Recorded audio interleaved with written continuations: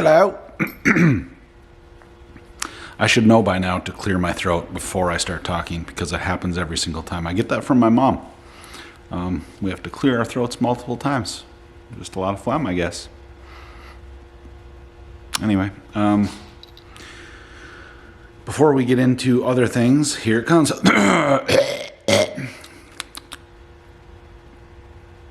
Before,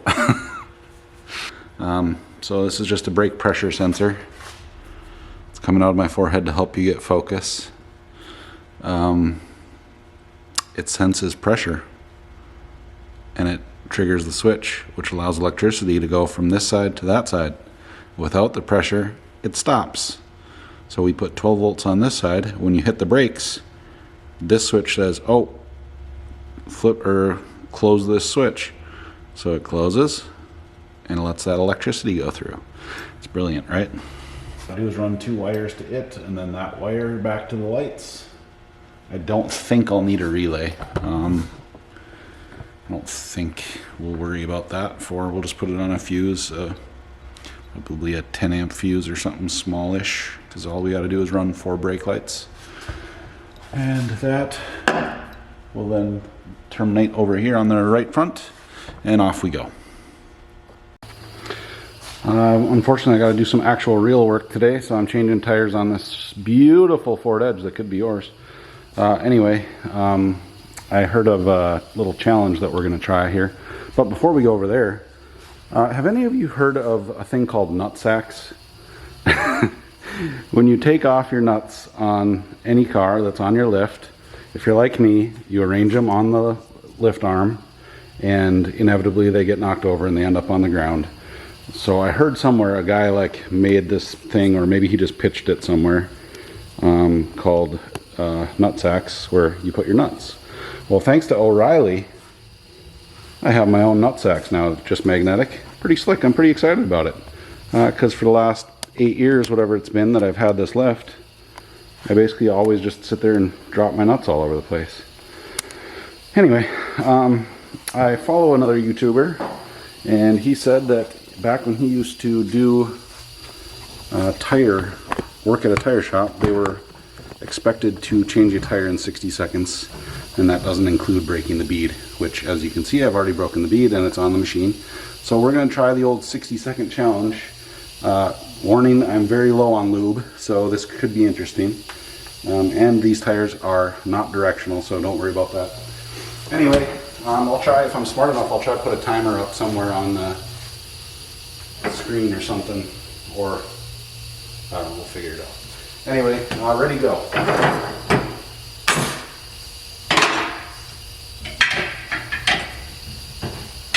And if I break the sensor, it's minus 50 points.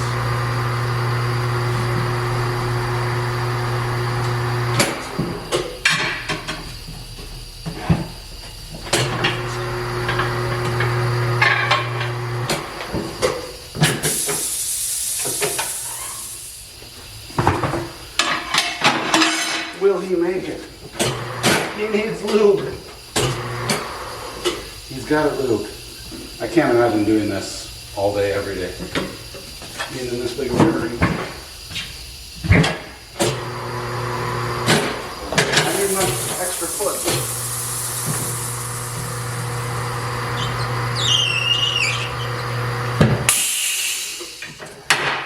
We'll see. I think I got it. I don't know. I know a ton of you guys have your own tire equipment, so maybe that should be a new challenge. We'll see what I got, and then you can show me how you easily beat that. Hey guys, my ball joints came in. I think we talked about it in one of the previous episodes that my original ball joints that I ordered they felt tiny, like they just went in way too easily. So I decided to get some different ball joints. These are Moog ones, and it seems people have their opinions on Moog these days. I always thought they were a pretty good quality item. But I'm also putting some sleeve retainer in there just to hopefully make sure that they don't go anywhere. So I figured I'd just show you installing one of them here.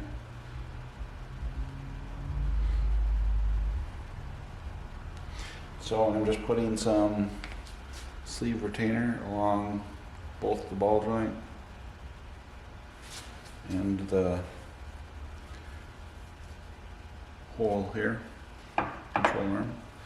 And this one, I mean, I can't push it in by hand, but it goes quite a ways before it stops. So still maybe not the most ideal. Maybe the best thing to do would be to get new arms, but I've already installed these beautiful G-Speed deals in this one, so I'm not too excited about that idea. Now, you want to make sure you don't use an impact on these things.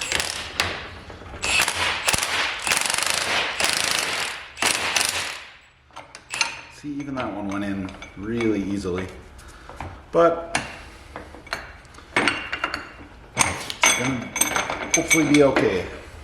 Just a quick update on a few things I did off camera. I put a new fuel filter in just because I didn't know what kind of shape the other one was in, and I finished off the lines. I'm just reusing that portion that was already done, and then we're using the stock portion from there forward. Finished the brake line up here. I've got my brake pressure switch up there.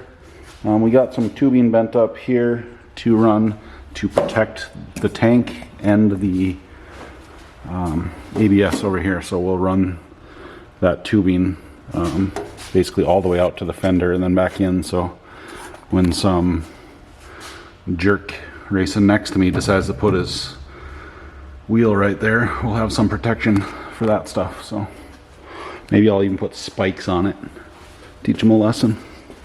Anyway, we've got one of the valve covers on. We're going to look for clearance here on some of the accessories. My thermostat came in, so we'll pop that in quick. Obviously you can see I've got the water pump on, so I'm going to get the rest of the accessories on, and we're getting close to start to marrying this thing back up to the rest of the driveline. And hopefully this weekend everything's back in the car, and then we can start plumbing and exhaust and electrical and the million other things that we have to do. All right, another update. We got the valve cover on. You just have to, on these ones, you just have to clearance the bracket. There's a little, basically a webbing right there that needs to get clearanced out, and then it fits up real snug. And I'm surprised on this one, the alternator is in the same spot as it is in my ZR1, but you have to run, there's a little spacer bracket that you buy to space this out a little ways so you don't rub on the, or you can't even fit it with that valve cover. But this one, although it's very snug, fits fine, so we should be able to run just a stock belt then too. I have a new alternator, reman, and just a basic pigtail, which we'll get into how we're going to wire this once we get into the wiring. I'm going to try out the old pump, power steering pump. New water pump. This pulley's fine. I replaced the pulley on the tensioner. It was a little crunchy. Excuse me. And I got the thermostat installed. Of course, my thermostat didn't come with a gasket, so I had to track one of those down, but I got that. So basically everything's good to go. I just need to get a belt. So I'll do that later because I got to take the alternator back off anyway to get it back in the car. So this is basically ready to go. I guess I'll let you watch me do this. We'll speed it up hopefully if I remember.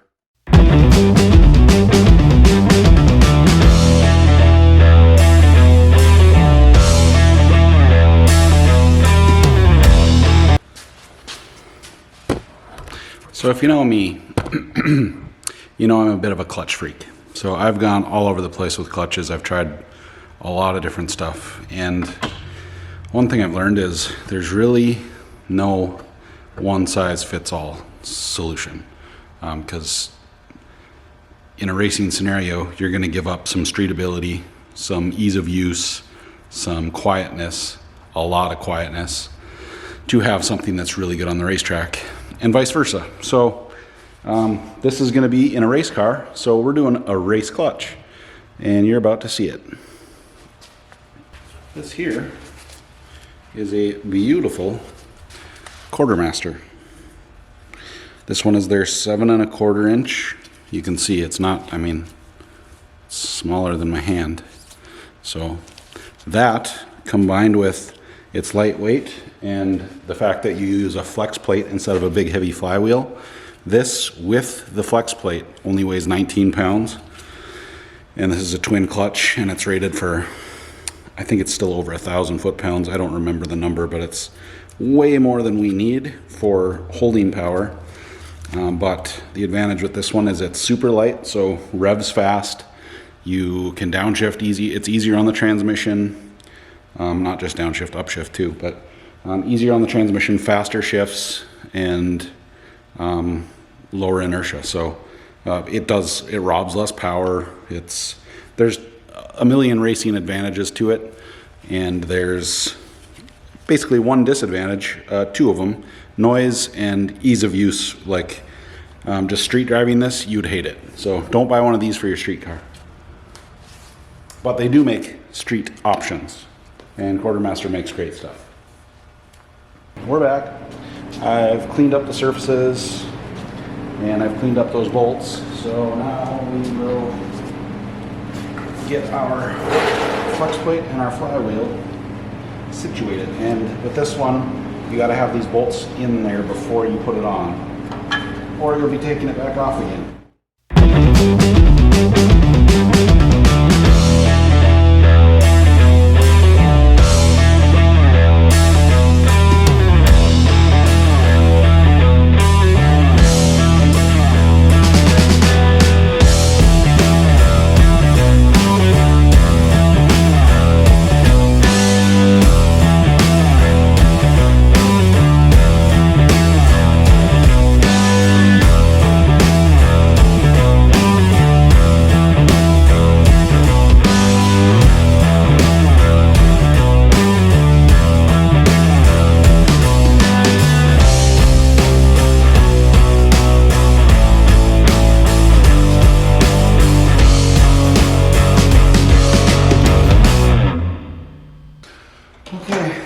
So you saw I was pulling the alignment tool in and out a couple times as I was going, just to make sure it wasn't bound up.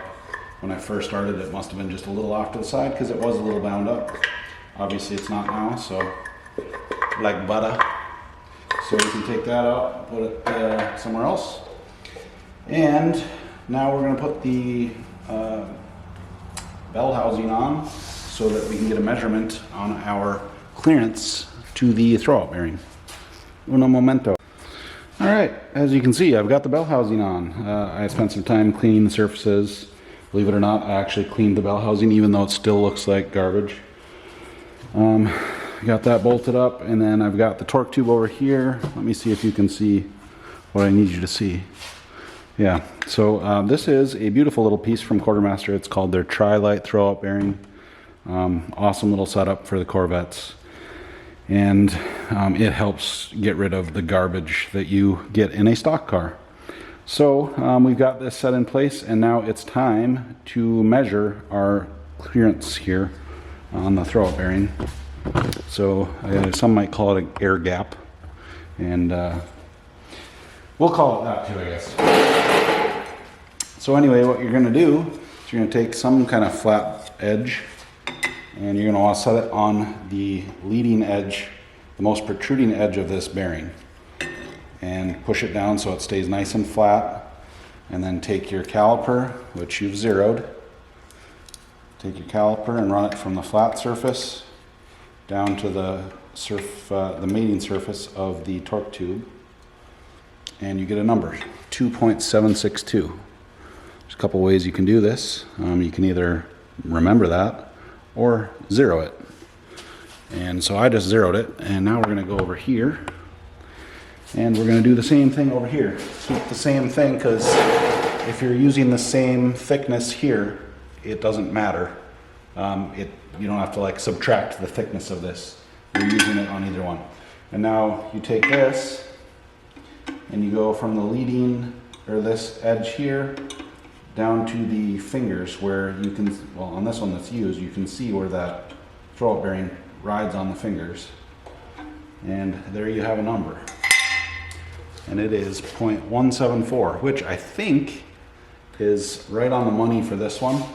I usually measure this a good handful of times because inevitably you're going to be a hundredth off here and there. So I'll do this a couple times and get some sort of average, or at least make sure that I'm pretty repeatable. So I will double check that this is legit, and if it is, we can carry on. If not,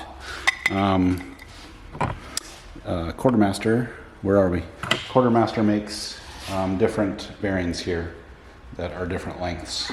So, or you can run shims if you needed to, but I prefer the other route personally.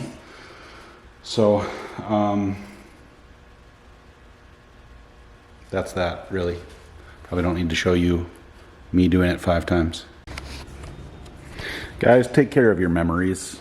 I didn't remember this from doing it on the ZR1 because it's the same, but geez, these things, focus is impossible. All right, anyway, as you can see, huge gap from here to here. So we need these 45-degree fittings. I went everywhere in town trying to find something. Even considered going to a -4 fitting instead of this -3, and even that route isn't going to work out locally. Luckily, the guys at Raft Racer, Danny Pop, has what I need, and he's overnighting them, so hopefully they'll be here tomorrow, Saturday, and I can get back to getting everything together, because that's all we need is our 45-degree fitting to fit in the holes. This hole coincides with these ones, obviously, and that's not going to work, and I'm not trying to bend that. Give me a second. Sorry to so rudely interrupt you. I think I've got this explained. That's not rocket science. So hopefully that should get overnighted here so I can finish that up tomorrow. Get the engine attached to the torque tube, attached to the transmission over there somewhere, attached to the differential, put it all back in the car. Some other exciting news. The harness I've been waiting for the ABS just showed up, and it looks beautiful. We've got it sitting in there already, so that's good. It fits. Boy, oh boy, am I zoomed all the way up? Okay.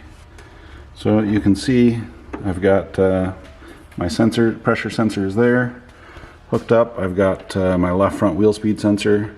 The other wheel speed sensors are going to need some extension.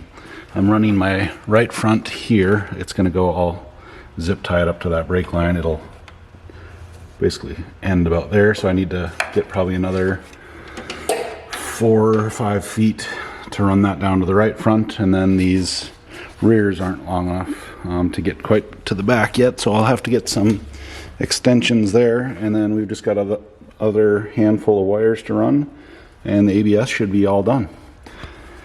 And otherwise, that's that. So something else we can get done today is going to be this valve cover that I talked to you about, I believe it was yesterday. Not that you know what time or day that is, but I've got what I need. I don't like to, on these beautiful comp valve covers, they're billet aluminum, sturdy boys, and I do not want to, despite the fact I can't aluminum weld very well, I don't want to weld on this, so we'll be just drilling a hole from the backside. We're going to remove this baffle. I'm going to drill my hole from the inside, mount my fitting with Loctite with a screw on the backside, and I'll show you what I'm doing here. But for now, goodbye. All right. So you can see what I've done here. We're taped off here, so don't worry. Got the bolts for the baffle off, so I can remove the baffle, and I'm going to find a little center spot here, and yes, I'm going to eyeball it, and basically I'm looking to get in the middle of all this relief area here. We'll mark that spot, drill a pilot hole, head over to the drill press, and we'll drill from the top. I'll be using a step bit once I figure out how big this actually is. And then you can see this is just a -10 on both sides. So we end up having to, once we put our nut on, we're gonna have to sand this down and actually sand the nut down a little bit too for clearance, so that we make sure there's room for air to get out. Otherwise this is for nothing. So you'll see that here in just a minute.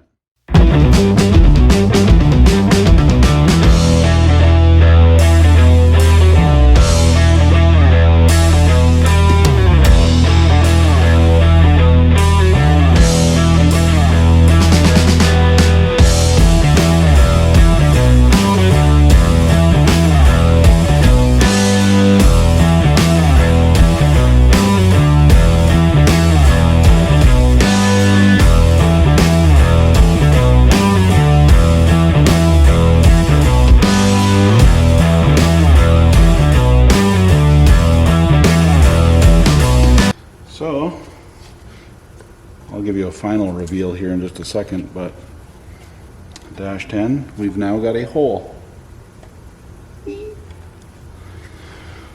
Why would you want a hole in your valve cover? To relieve pressure, that's all it is. This is just going to go through a line to a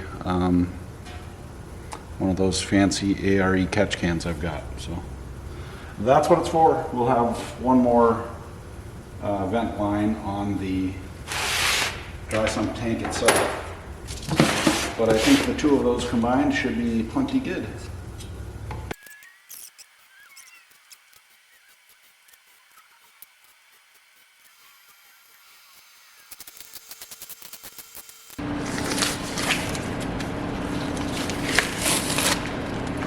Ta-da!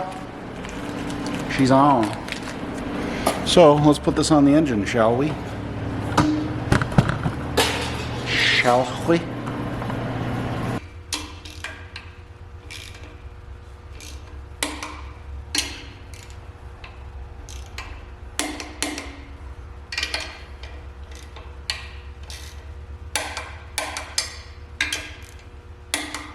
Alrighty! Hey guys, thanks for watching. What is it that I say again? I say thanks for watching. Smash buttons, love you. I learned too, I can't say I love you.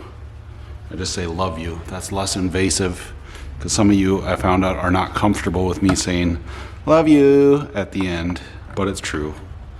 And I'm not afraid to say it. So, thanks for watching. Thanks for watching. Smash buttons. Love you. Bye-bye.